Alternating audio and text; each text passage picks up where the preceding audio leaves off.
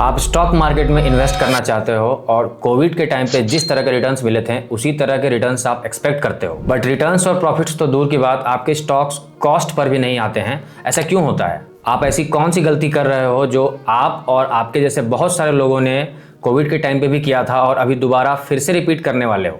और इन्वेस्ट करने का सही तरीका क्या है, आज हम इस वीडियो में जानेंगे। आइए रियल एग्जांपल्स के साथ सीधे चार्ट में देखते हैं कि हमें किस तरह से इन्वेस्ट करना चाहिए, और उससे भी ज़्यादा इंपॉर्टेंट बात, इन्वेस्टिंग में हमें क्या नहीं करना चाहिए। तो सबसे पहले हम शुरुआत करेंगे कि हमें क्या क्या नहीं करना चाहिए, जो गलतियां आप कर रहे हैं, और फिर हम देखेंगे कि हमें क्या करना चाहिए। देखो, ये चार्ट है अडानी इंटरप्राइजेस का। तो कोविड के टाइम पे अडानी कुछ इस जगह पे था, कोविड-19 के टाइम पे इस तरह से, और कोविड के टाइम पे ही इस तरह से बाकी सारे स्टॉक की तरह अडानी भी इसी तरह से गिरा था, और इसके बाद एक मूव आने लगा। तो गलती कहाँ होती है आपसे कि जैसे ये जब मूव आया ना, ये वाला मूव जब आया, तो जब ये वाला मूव आ गया उस समय पे आपने इन्वेस्ट नहीं किया, क्योंकि उस समय पे आपको भरोसा नहीं था उतना ज़्यादा अडानी पे, ठीक है। तो ये जब मूव आया उसके बाद इतना हाई पर पहुंच गया, उस समय पे आपने इन्वेस्ट नहीं किया। इस पूरे मूव में आपने कहीं इन्वेस्ट नहीं किया। वैसे तो ये खुद में ही एक काफ़ी बड़ा पैराबोलिक मूव है, आपने इन्वेस्ट नहीं किया और फिर इस जगह पे आके आपने इन्वेस्ट करना शुरू किया। तो अगर आप फर्स्ट टाइम इन्वेस्टर हो या आपने बहुत ज़्यादा मार्केट में एक्सपीरियंस नहीं लिया है, तो आपको इस जगह पे इन्वेस्ट करने के बाद में ही आपको लगेगा कि ये तो काफ़ी ज़्यादा मूव नहीं कर रहा है, जितना सारा मूव देना था उसने दे दिया। तो अब आप क्या करोगे? पैनिक करके आप निकल जाओगे। जैसे ही आप निकलोगे फिर मार्केट थोड़ा सा कंसोलिडेट करेगा और फिर धीरे धीरे इतना ऊपर चला जाएगा, और जब ये सेकंड लेग दोबारा से आएगा ना, तब आपको लगेगा कि आपने कोई अपॉर्चुनिटी मिस कर दी। और जैसे ही आपको ये लगेगा फिर आप उसमें अपनी बल्क क्वांटिटी को ऐड करोगे, और जब आप बल्क क्वांटिटी को ऐड करोगे उसके बाद देखो मार्केट इस तरह से होता है। तो ये ऐसा क्यों हुआ? आपने इस जगह पे या इस जगह पे आपको पता कैसे चला कि अडानी पे हमें इन्वेस्ट करना चाहिए? आपको इसलिए पता चला क्योंकि जब ये स्टॉक रिटर्न देने लगा, जब ये स्टॉक ऊपर जाने लगा, उस टाइम पे न्यूज़ पाने लगा कि अडानी जो है काफ़ी ज़्यादा रिटर्न दे रहा है। जैसे आप यहाँ पे देखो, इस जगह से अगर ये मूव आएगा तो कितना परसेंट रिटर्न है? 1000% प्लस का रिटर्न है। तो लोग बोलते हैं ना, न्यूज़ में भी आने लग जाता है, हर जगह हर फोरम्स पर आने लग जाता है कि अब अडानी इतना मूव कर चुका है, 200%, 500%, 1000% का मूव दे चुका है। तो तब किसी स्टॉक के बारे में आपको मालूम पड़ता है जब वो स्टॉक एक अच्छा खासा मूव दे चुका होता है, ठीक है। अब आप समझो इस बात को कि जो भी इस जगह पे इन्वेस्ट करेगा, है ना, जो भी इस जगह पे जो भी इन्वेस्ट करेगा, उसके बाद यहाँ से जब वो स्टॉक नीचे गिरता है ना, उसके बाद आप थोड़ा नीचे जाएगा, आप होल्ड करोगे। क्यों होल्ड करोगे? क्योंकि आपका यहाँ का एक्सपीरियंस है। यहाँ पे जब मैंने इन्वेस्ट किया था तो वो स्टॉक नीचे आया था, बट फिर ऊपर चला गया था। क्योंकि आपको टेक्निकल्स तो पता है नहीं, इतना बड़ा पैराबोलिक मूव आ गया है तो आप उम्मीद फिर भी कर रहे हो कि ये ऊपर जाएगा, राइट। तो यहाँ से जब ये इतना नीचे आ गया, अब आप समझो इतना नीचे आने के बाद अगर आपके पास पैसे बचे भी हैं, फंड्स बचे भी हैं, या फंड्स आप कहीं से जुगाड़ भी लेते हो, तो क्या इस जगह पे इन्वेस्ट करने का हिम्मत है आपके पास कि ये फिर से इतना मूव पकड़ सको? आप नहीं होगा आपके पास। क्यों? और क्योंकि आपने इन्वेस्टिंग करा है तो स्टॉप लॉस तो आप कुछ लोगे नहीं। वैसे स्टॉप लॉस भी अगर लेते तो इस जगह पे कहीं तो पोजीशन कटता, बट ये तो खैर काफ़ी देर हो चुका ऑलरेडी। इस जगह पे आपका पोजीशन कट सकता था। तो यहाँ से इतने बड़े मूव, ये जो नीचे का मूव आया, आपको इन्वेस्टिंग यहाँ करना था। अब मुद्दे की बात है कि आपको पता कैसे चलेगा कि अडानी इतना नीचे गिरने के बाद और नीचे नहीं जाएगा? तो अभी मैं बताऊँगा आपको कि वो आपको पता होने की नीड भी नहीं है ना। बस आपको इतना पहले पता होना चाहिए कि जब इस तरह से किसी में पैराबोलिक मूव मिले तब आपको इन्वेस्ट नहीं करना है। हो सकता है ये यहाँ से और ऊपर चलता चला जाए, बट हमें उससे कोई लेना नहीं है। हमें ये मतलब है कि हम किसी पैराबोलिक मूव के बाद किसी स्टॉक पे एंटर नहीं कर रहे हो। देखो, जब आप ट्रेड करते हो ना, तो आपको ट्रेंड के साथ चलना होता है कि जिस ट्रेंड में जा रहा है वो स्टॉक, तो हम छोटे छोटे स्टॉप लॉसेस के साथ उस ट्रेंड को पकड़ के आगे चलते चले। लेकिन जब हम इन्वेस्ट करते हैं ना, तो हमें बॉटम पकड़ना होता है, ट्रेंड के साथ नहीं जाना होता है। हमें ज़्यादातर रिवर्सल प्लान करना चाहिए होता है। ट्रेंड के साथ भी जाना होता है, बट इतना नहीं कि पूरा ट्रेंड मिस हो जाए, हम तब जा रहे हो। अब आइए दूसरे स्टॉक पे गलती देखते हैं कि किस तरह से होता है। देखो, ये हिंदुस्तान जिंक, ठीक है। यहाँ देखो, ये सारा सिनेरियो है, इधर है कोविड का टाइम, यहाँ से मूव आया, ठीक है। उसके बाद यहाँ पे एक पैराबोलिक मूव आया। जब ये स्टॉक कंसोलिडेट कर रहा था, कंसोलिडेशन के समय में आपने स्टॉक को नहीं देखा। आप स्टॉक को कब देख रहे हो? जब इसने एक पैराबोलिक मूव दे दिया है। उसके बाद यहाँ पे आप इन्वेस्ट करोगे तो ये गलती है, ठीक है। दूसरे स्टॉक पे आते हैं, ITC। ये देखो, यहाँ पर जब ये स्टॉक बॉटम पर आकर, कोविड के टाइम पे इसने बॉटम पे आया था, और इसी टाइम पे बहुत सारे स्टॉक्स जैसे SBI वगैरह, HDFC, बहुत सारे स्टॉक्स अपने बॉटम पे आए थे। निफ्टी मेटल के बहुत सारे स्टॉक्स जैसे वेदांता, हिंडाल्को, ये सारे अपने बॉटम पे आए थे।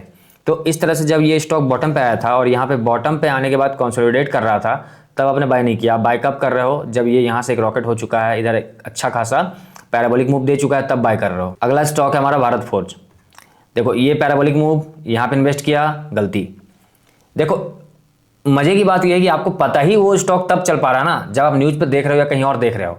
तो कहीं पे भी आप स्टॉक्स को देखोगे वो तभी दिखेगा आपको जब वो एक अच्छा खासा रिटर्न दे रहा होगा, तभी लोग और फोरकास्ट करते हैं कि ये 100% रिटर्न दे चुका है, ये 200% रिटर्न दे चुका है। इतने सारे रिटर्न देने के बाद तब आपको पता चलता है, और जब आपको मालूम पड़ता है तब तक बहुत देर हो चुकी होती है। अभी हम इसी वीडियो में समझाएंगे कि कैसे बिना न्यूज़ में आए, बिना उस स्टॉक को पॉपुलर हुए आप सही टाइम पे बाय करो, ताकि जब आप बाय करके आप होल्ड करो और उसके 5 महीने 6 महीने 3 महीने 4 महीने के बाद जब वो स्टॉक ऊपर पे आने लग जाए, जब न्यूज़ पे आने लग जाए, उस समय पे आप अपने प्रॉफिट बुक कर रहे होगे। एक दो स्टॉक्स और देख लेते हैं, जैसे कि बजाज ऑटो। ये गलत टाइम था इन्वेस्ट करने का, क्योंकि यहाँ एक अच्छा खासा पैराबोलिक मूव आ चुका है।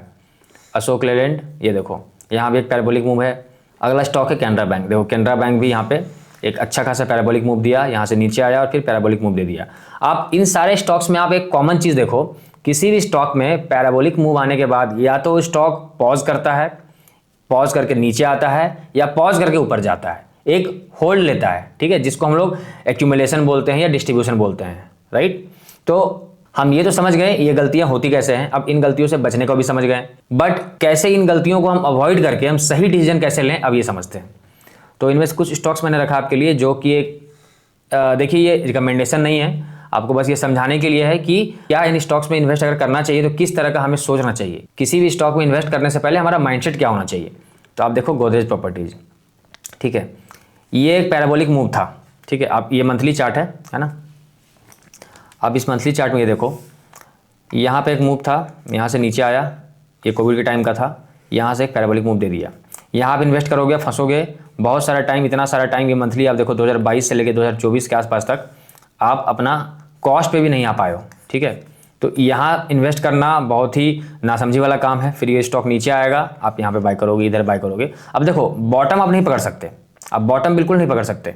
आपको क्या करना है, जैसे कि अगर फिर से यहाँ पे एक पैराबोलिक मूव दिया है, यहाँ पे इन्वेस्ट नहीं करना था, हमने सही फैसला किया, इन्वेस्ट नहीं किया, ठीक है। अब ये स्टॉक वापस से नीचे आया है। अब देखो आपके पास सही जोन्स कौन कौन से हैं बाय करने के। जब ये इतना नीचे आ गया है और आपको इन्वेस्ट करना है, तो आप देखो एक सपोर्ट यहाँ है, एक सपोर्ट यहाँ है, और एक बहुत ही ज़्यादा चले जाओ तो नीचे यहाँ एक सपोर्ट है, और आपको इस स्टॉक में मान लो इन्वेस्ट करना है। तो इस स्टॉक में अब आपका सही टाइम इन्वेस्ट करने का, लेकिन अभी आप नहीं करोगे। अभी आप इसलिए नहीं करोगे क्योंकि अभी ये स्टॉक न्यूज़ में नहीं होगा, अभी ये स्टॉक तो नेगेटिव रिटर्न दे रहा है ना, अभी ये स्टॉक गिरता जा रहा है, गिरता जा रहा है, डर का माहौल पड़ा हुआ है, मार्केट में वॉर है, यूएस ईरान का वॉर चल रहा है, इतने सारे सिनेरियो चल रहे हैं, एलपीजी महंगा हो गया है ना। इतना टर्मोइल में आप कैसे इन्वेस्ट करोगे इस पर, आपको हिम्मत नहीं होगा इस पर इन्वेस्ट करने का। तो इस पर क्या होता है कि जब वो स्टॉक, कोई अच्छा स्टॉक, गोदरेज प्रॉपर्टीज एक अच्छा स्टॉक है, निफ्टी रियल्टी का ये स्टॉक है, ये जब नीचे आता है इतना, तो इस समय पे आपको डिसाइड करना है।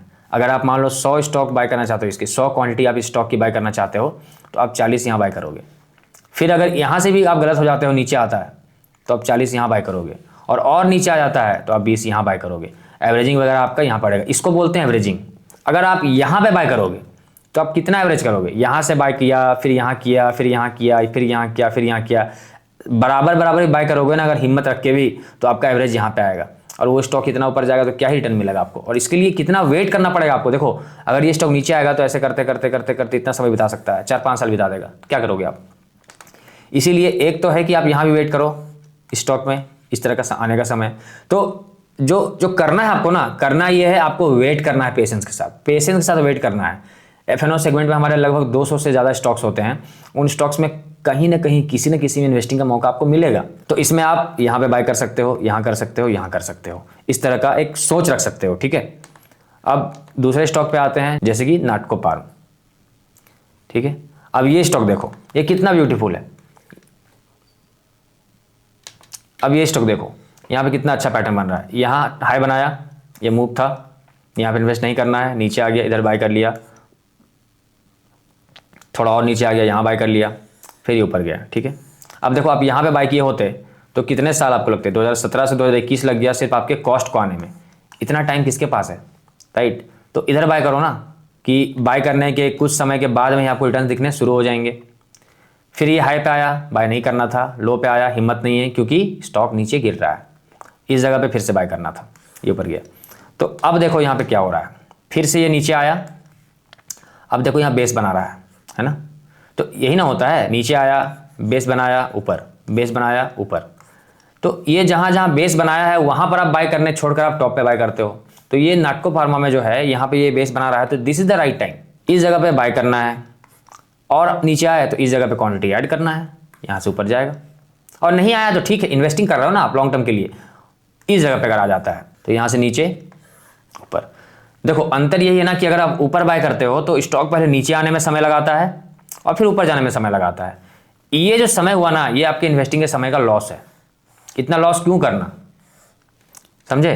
तो अगर ये इतना नीचे आ गया है और अगर थोड़ा और नीचे जाता भी है तो उतना समय वेस्ट नहीं होगा जितना समय यहाँ से यहाँ। अब मान लो आप यहाँ पे इन्वेस्ट किए होते तो 1 2 3 4 5 6 7 8 9 10 लगभग 15-20 महीने आपके वेस्ट हो गए यहाँ पे ये नीचे आने में, और अब ये ऊपर जाएगा। और काफ़ी ज़्यादा जो नीचे आने का समय था इसको हमने बचा लिया और अब नीचे आने के बाद हम इसको बाय कर रहे हैं। तो यही करना है, वो समय बचाना है। अब देखो ये चार्ट है MGL का, इस हाई पे आया, नहीं बाय करना था, इस हाई पे नहीं बाय करना था, फिर से यहाँ से एक पैराबोलिक मूव, नहीं बाय करना था। अब ये स्टॉक वापस से नीचे आ गया, ये एक अच्छा सा इसका डिमांड जोन है। आप या तो चाहे तो थोड़ा सा और वेट कर लो, ये नीचे आ सकता है, ठीक है। इस जगह पे आके बाय करना है। इससे क्या हुआ, हमने ये जो पूरा समय था ना इन्वेस्टिंग करके समय काटने का, जो टाइम वेस्ट होता हमारा, ये समय हमने बचा लिया। इस समय पे इस पैसे को किसी दूसरे स्टॉक पे लगाओ जो अच्छा स्टॉक लो पे हो। अब देखो हर स्टॉक के लो पे जाने पे आपको इन्वेस्ट नहीं करना है, हर स्टॉक इन्वेस्ट वर्दी नहीं होता है। बट ये जो मैं स्टॉक डिस्कस कर रहा हूँ ये हमारे FNO सेगमेंट के स्टॉक्स हैं, तो ऑब्वियस सी बात है इनमें से कुछ अच्छी क्वालिटी होंगी तभी FNO सेगमेंट में है। तो ये ठीक ठाक स्टॉक्स हैं, इनमें बाय किया जा सकता है नीचे आने पे, ठीक है।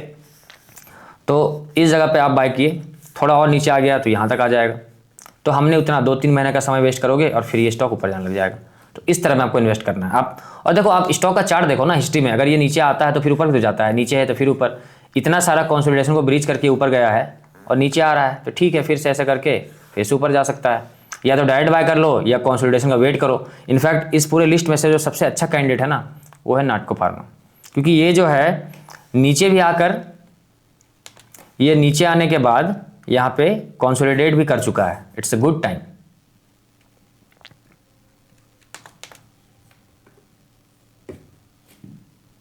एक और अच्छा स्टॉक LIC हाउसिंग फाइनेंस, ये टॉप था, यहाँ से काफ़ी नीचे आया, डिमांड वाले एरिया से आया, ऊपर जाने लगा। देखो ये सब क्या है, कंसोलिडेशन ऊपर। अब ये फिर से नीचे आ रहा है, तो इस वाले एरिया से ये फिर से कंसोलिडेट कर ऊपर जा सकता है। तो यहाँ पे आप आने दो, धीरे धीरे क्वांटिटी ऐड करो और फिर ऊपर जाएगा। ये इस जगह पर रेजिस्टेंस फेस करेगा, यहाँ से नीचे यहाँ पे सेल कर देना, यहाँ से ऐसे नीचे आने लगे तो फिर से बाय कर लेना। तो हमेशा ध्यान, माइंडसेट क्या होना चाहिए, नीचे आने पे बाय करना है, ठीक है। इसके लिए आपको ज़्यादा टेक्निकल एनालिसिस जाने की नीड नहीं है, आपको बस देखना है कि कौन सा स्टॉक एक बहुत से अच्छे से अपने नीचे वाले लेवल में आ गया है और जो स्टॉक अच्छे क्वालिटी का हो। लाइक FNO सेगमेंट के स्टॉक्स में ही देखो तो ज़्यादा अच्छा रहेगा, सेफ साइड के लिए रहेगा। इसमें यूजुअली निफ्टी, लार्ज कैप और मिड कैप के स्टॉक्स होते हैं। अब देखो कुछ एक्सेप्शन भी होते हैं, जैसे वेदांता, ये टॉप पे था, नीचे आ गया, ऊपर गया, बाय नहीं करना था, नीचे आ गया करना था, ऊपर चला गया नहीं करना था, नीचे आ गया करना था, इधर कर सकते, इधर कर सकते थे। अब देखो ये स्टॉक क्या है ना कि यहाँ गया, ये प्रीवियस हाई के पास ये स्टॉक गया और यहाँ काफ़ी दिन समय स्पेंड किया और फिर ये ब्रेकआउट दिया है। तो इसलिए ना हम इसको ये नहीं कह सकते कि ये पैराबोलिक मूव है। इसको मैं अपने आने वाले क्लासेस में काफ़ी डिटेल में डिस्कस करूंगा कि किस तरह के ब्रेकआउट्स पे आपको भरोसा करना चाहिए और किस तरह के ब्रेकआउट्स में आपको भरोसा नहीं करना चाहिए। तो देखो इसमें क्या है ना कि जिसने यहाँ पे इन्वेस्ट किया, इधर इन्वेस्ट किया, किसी ने किया होगा, किसी इंस्टीट्यूशन ने किया होगा, ये एक तरह से ना आपका बस एक नॉर्मल सा कंसोलिडेशन फेज बन के रह सकता है और यहाँ पे काफ़ी बड़ा मूव आ सकता है वेदांता में, ठीक है। तो इस तरह के स्टॉक्स को क्या करना है आपको, जैसे ये धीरे धीरे धीरे करके ऐसे नीचे आए ना तो इधर आपको बाय करना है, ग्रीन कलर दिखे बाय करना है, इस तरह से एक्यूमुलेट करना है। इसमें इस तरह का कुछ हो सकता है। एक स्टॉक है PFC। अब ये देखो ये जो समय था कुछ इसी तरह का वेदांता में हो रहा है, नीचे ऊपर नीचे ऊपर, और जब ये निकला तो आप ये नहीं बोल सकते कि पैराबोलिक मूव आ गया है, क्योंकि इसमें इन्वेस्टर ने, जिस भी इंस्टीट्यूशंस ने इस पर इन्वेस्ट किया है उन्होंने काफ़ी टाइम वेस्ट किया। लाइक 2007 से लेकर 2022 तक इन्होंने वेट किया, ये बस एक्यूमुलेट करते गए। और जब मार्केट से इसका डिमांड बढ़ गया और सप्लाई खत्म हो गया, क्योंकि इन लोगों ने पूरा इन्वेस्ट कर दिया था इस पर, बड़े इंस्टीट्यूशंस ने, तब जाके यहाँ पे ये एक अच्छा खासा मूव दिया। अब इसका भी समय आ गया कंसोलिडेट करने का। तो अब ये काफ़ी ज़्यादा कंसोलिडेट कर सकता है, यहाँ नीचे ऊपर या नीचे आकर फिर से जा सकता है। बट वेदांता में आप देखो तो ऐसा ही पैटर्न अभी शुरू हो रहा है, ये देखो, ठीक है। तो उसके बावजूद यहाँ पे आप देखो डायरेक्ट यहाँ पे इन्वेस्ट नहीं करना है आपको। क्या पता ये इस तरह से करते करते करते हल्का नीचे आ जाए, जिस तरह का मार्केट है ना, रेड कैंडल्स 2 4 5 बना दे, तो आपको इधर बाय करना है, इधर बाय करना है इन सब चीज़ों में। ये एक ब्रेकआउट का केस था, इसीलिए यहाँ पे एक्सेप्शन है। आप इस एक अच्छे खासे मूव में बाय कर सकते हो, ये नीचे आया तो ठीक है। तो इस तरह से आपको ध्यान रखना है। नेक्स्ट स्टॉक है हमारा, एक लास्ट है कोलपाल। देखो निफ्टी एफएमसीजी जो है ये अभी तक कभी भी अपने ईएमए के नीचे सस्टेन नहीं किया था, ईएमए 20 के नीचे, और अब जो है ये अपने ईएमए 20 के नीचे सस्टेन कर रहा है। तो इसलिए यहाँ पे थोड़ा सा हमें सेफ्टी बरतना है कि निफ्टी एफएमसीजी में हम अभी डायरेक्टली एंट्री ना करें। ये जब दोबारा से कि कोई इस तरह का बेस बनाएगा, इस तरह से कि नीचे आके कंसोलिडेट कर रहा है ना, नीचे आके कंसोलिडेट कर रहा है, तब हम इसको ऊपर जाने के लिए बेट करेंगे। तो कोलपाल उसी का एक स्टॉक है। आप यहाँ ध्यान से देखो, एक चीज़ समझो कोलपाल में जो बहुत यूनिक हो रहा है, ये अपने पूरे लाइफ टाइम में ईएमए के पास से गया है ना, ऊपर नीचे ऊपर नीचे ऊपर नीचे ऊपर नीचे। कोविड के बाद क्या हुआ, इनफैक्ट कोविड के बहुत बाद इसमें एक पैराबोलिक मूव आया जो ये सस्टेन नहीं कर पाया। फिर क्या हुआ, ये पूरा मूव वापस से रिवर्स। तो ये देखो, अगर आप इसी पैटर्न को ऐसे ड्रॉ करते चले जाओगे तो है ना अपने आप सही जगह पे, ऐसे समझना आपको। ये मूव ऊपर का मूव जो ये किसी इंपल्स के कारण आया होगा जो सस्टेन नहीं किया, बट अल्टीमेटली अब ये अपने वापस से इस चैनल पे जो इसका एक मीन प्राइस है उस मीन पे वापस आ गया है, ठीक है। तो इसीलिए अब यहाँ पे देखो इस तरह से कुछ सस्टेन करे तो यहाँ पे कहीं पे कुछ सीन बने तो यहाँ बाइंग सिनेरियो बन सकता है। इस वीडियो से आपको 2 की टेकअवेज लेने हैं। एक, कभी भी पैराबोलिक मूव के एकदम टॉप पे जाकर इन्वेस्ट नहीं करना है, और अच्छे स्टॉक्स को नीचे इन्वेस्ट करने के लिए डरना नहीं है। मतलब आपको वेट करना है। 200 स्टॉक्स हैं एफएनओ सेगमेंट में, फ्यूचर्स एंड ऑप्शंस में, जिसमें लार्ज कैप और मिड कैप स्टॉक्स हैं, या आप नॉर्मली भी लार्ज कैप और मिड कैप के टॉप वाले स्टॉक, लाइक लार्ज कैप के सारे स्टॉक्स और मिड कैप के टॉप वाले स्टॉक्स को आप लेकर आप देखो। बस कुछ नहीं करना है आपको, मंथली चार्ट खोलना है और देखना है कि क्या उसमें एक बहुत बड़ा पैराबोलिक मूव आ चुका है। अगर उसमें एक बहुत बड़ा पैराबोलिक मूव आ चुका है तो आपको इन्वेस्ट नहीं करना है, ऊपर जाए जाने दो, कोई दिक्कत नहीं है। लेकिन जो नीचे आ गया या नीचे आ रहा है और नीचे आ रहा है, बहुत अच्छा एक रेड कैंडल्स बन चुके हैं, उनमें आने दो, थोड़ा कंसोलिडेट करने दो, थोड़ा सा उसको बेस बनाने दो और उस जगह पे इन्वेस्ट करो। एवरेजिंग भी करना है तो नीचे में बाय करो और नीचे आने पे बाय करो। तो उस तरह से करोगे इन्वेस्टिंग तो आपको ज़्यादा वेट नहीं करना पड़ेगा। अच्छे स्टॉक्स हैं, अल्टीमेटली आज से 5 साल 10 साल 20 साल बाद ऊपर तो जाएंगे ही, लेकिन आपको ये देखना है कि आप इन्वेस्ट करो, उसके कुछ महीनों के बाद ही ऊपर जाने लगे तो कोई बुरी बात है क्या? नहीं ना। तो इसीलिए आपको ये देखना है कि जब वो स्टॉक्स नीचे आ जाए अच्छे लेवल्स पे तब बाय करना है, ठीक है। तो बहुत सारे लोग पूछते रहते हैं कि इन्वेस्टिंग का मैं ये बाय कर लिया, ये देखो अभी लॉस पे चल रहा है, ये लॉस पे चल रहा है। तो ऐसा इसलिए होता है क्योंकि आप टॉप पे आके बाय कर रहे हो, आपको ये नहीं करना है और इसी तरह का आपको प्लान करके इन्वेस्टिंग करना है, ठीक है। तो यही थे इस वीडियो के की टेकअवेज। चलिए मिलते हैं नेक्स्ट वीडियो में।